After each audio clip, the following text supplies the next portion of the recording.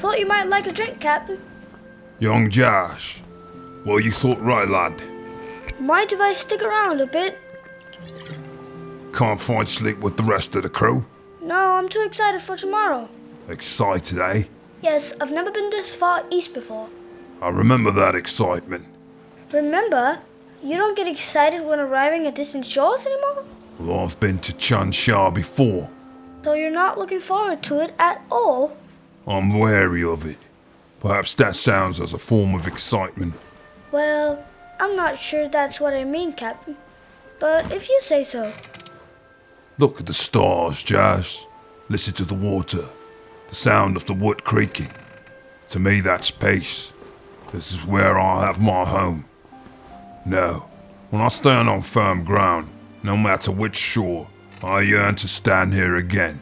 And when I make my way back to this old lady of a ship, that's when I get excited. Excited to be out on the open sea once more. I can understand that, Captain. If you don't mind me asking, Captain, why are you so wary of our destination? Now that comes down to the things I just said. This here is my home.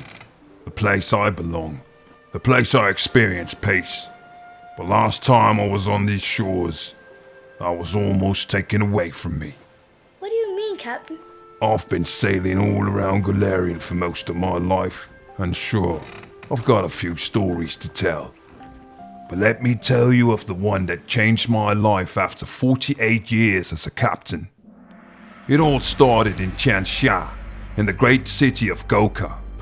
It's the biggest city I've ever been to, lying at the only real pass through the Wall of Heaven, an immense mountain range that I'm sure makes even some of the gods feel small. We'd laid anchor in the city and had a few days to pick up wares we were taking back to Avistan to sell for good prices. While most of my crew usually wanted to gamble, see the sights and buy a horse, me and my first mate Gerald were out looking for new possible trading partners. On the last day, we met a merchant that was in the business of selling rare exotic animals. I didn't know that much about animals, but I did know that if I could find a collector, there could be some good coin to be made. The merchant's name was Tan Hao, and he had a shop near the harbor in a secluded alley. The inside of the shop was a chaos of all kinds of cages with strange birds and colorful animals that I've never seen before. I didn't know which animal was worth this or that, but Tan Hao said he had a special beast he would sell to me for a good price, a sign of trust to a new beginning trade deal. He brought us to the back of the building where the largest cage in the shop stood. Inside it was a squat reptilian beast with 8 legs and bony spurs jutting from its back. Its body was around 6 or 7 feet, and it had a tail just as long.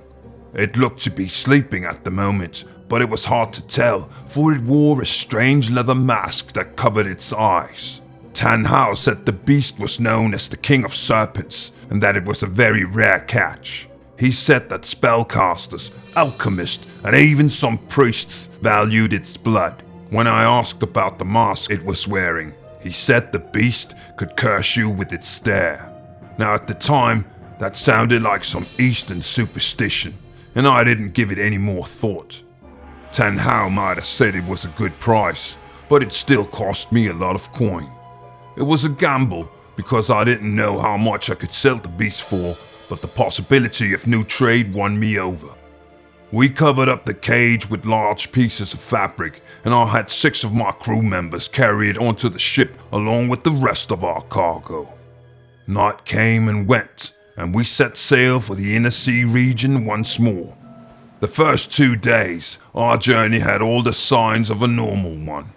Weather was on our side, and the crew were in high spirits. But then, one night, I woke up at the sound of something heavy falling outside of my cabin. I sat up in my bed thinking some of the cargo had fallen. Then there was a frantic knock on my door and the sounds of screams from the other side. I got up and went to the door, and as I opened it, Gerald stumbled in. He got up and slammed the door shut. I could still hear screams outside and running. Captain, don't go out there, Gerald said. What's going on? I asked, fear creeping into my voice. It's the beast that now sold us. It's loose. Loose? What do you mean loose? How'd it get loose? Some of the lads had started making bets on what would happen if they removed the leather mask from its eyes. What? I swear everyone thought it was sleeping when one of the lads opened the cage and removed the mask. That's the most expensive cargo we have, I yelled at him and was about to open the door, but he slammed it shut again. How dare you shut that door? You don't understand. You move at once, Gerald. No. What? Mutiny? Captain, don't go out there. Then, another frantic knock on the door. Before I could move Gerald aside, it suddenly stopped.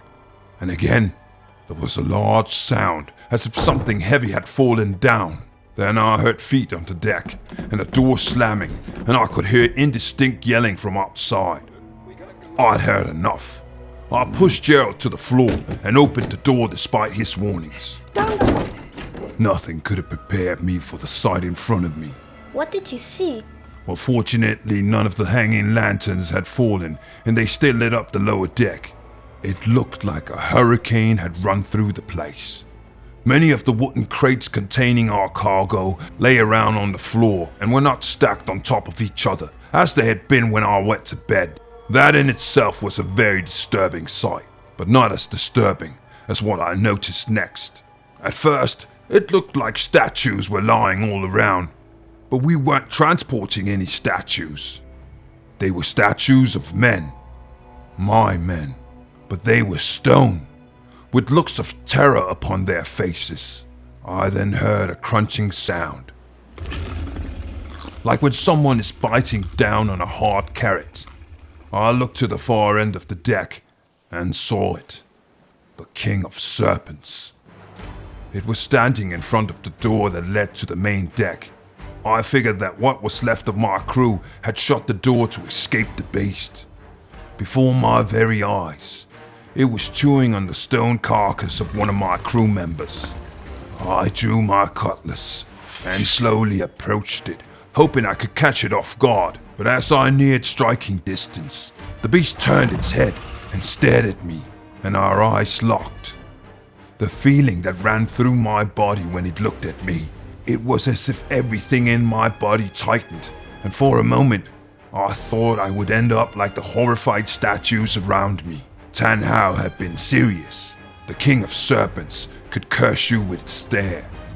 But one of the guards must have taken pity on me, for somehow I managed to shake it off. But I knew I might not be that lucky a second time. I screamed and covered my eyes with my arm and fell on my arse as I tried to move away from it. I could hear the creature's 8 legs running across the wooden boards towards me. I then felt a sharp pain run through my leg as the beast bit down hard on my shin. I was certain I was going to die when I heard Gerald's voice. Hang in there, Captain. I dared open my eyes just in time to see Gerald charge the beast. But I also saw the beast turn its head towards Gerald. Instantaneously, he turned to stone in mid-charge. Its attention no longer on me, I seized the moment. I stood up, closed my eyes, and cut down the beast with 3 mighty strikes from my cutlass, severing its head from its body.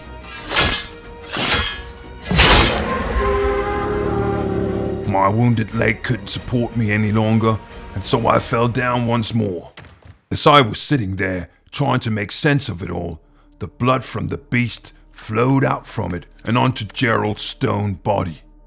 Slowly, as more and more blood covered Gerald, he started turning back to normal, from stone to flesh. Whoa. Yes, I felt the same way. We wanted to do it to the rest of the petrified crew members, but we quickly learned that it required a lot of blood before it would work. We only managed to turn 2 of the 8 petrified men back to normal. The rest, poor lads, we threw them overboard that they might find peace at the bottom of the ocean.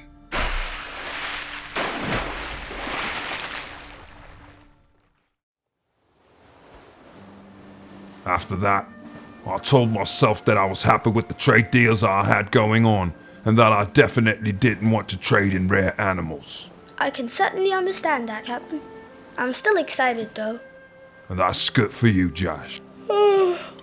Well, I'll try to see if I can get some rest now. Thank you for the story, Captain. Thank you for the drink, lad. And the company.